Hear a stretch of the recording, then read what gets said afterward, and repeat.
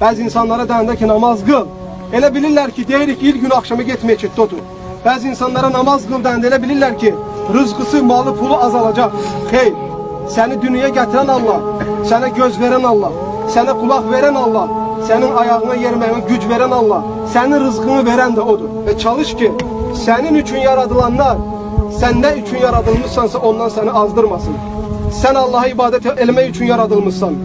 وَمَا خَلَقْتُ الْجِنَّ وَالْاِنْسَ إِلَّا لِيَعْبُدُونَ Mən insanları yarattım ki, mənə ibadət etsinlər. Yalnız mənə ibadət etsinlər.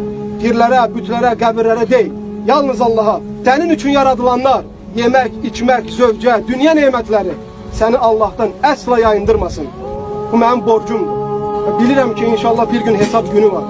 Qiyamət günü Allah məndən soruşmasın deyə mən sizə həqiqətləri deməyi özümdə vacib gördüm. Ona görə də deyirəm, istəyən inansın, istəməyən inanmasın. Çünki insanın qəlbinə inanmağı verən Allahdır.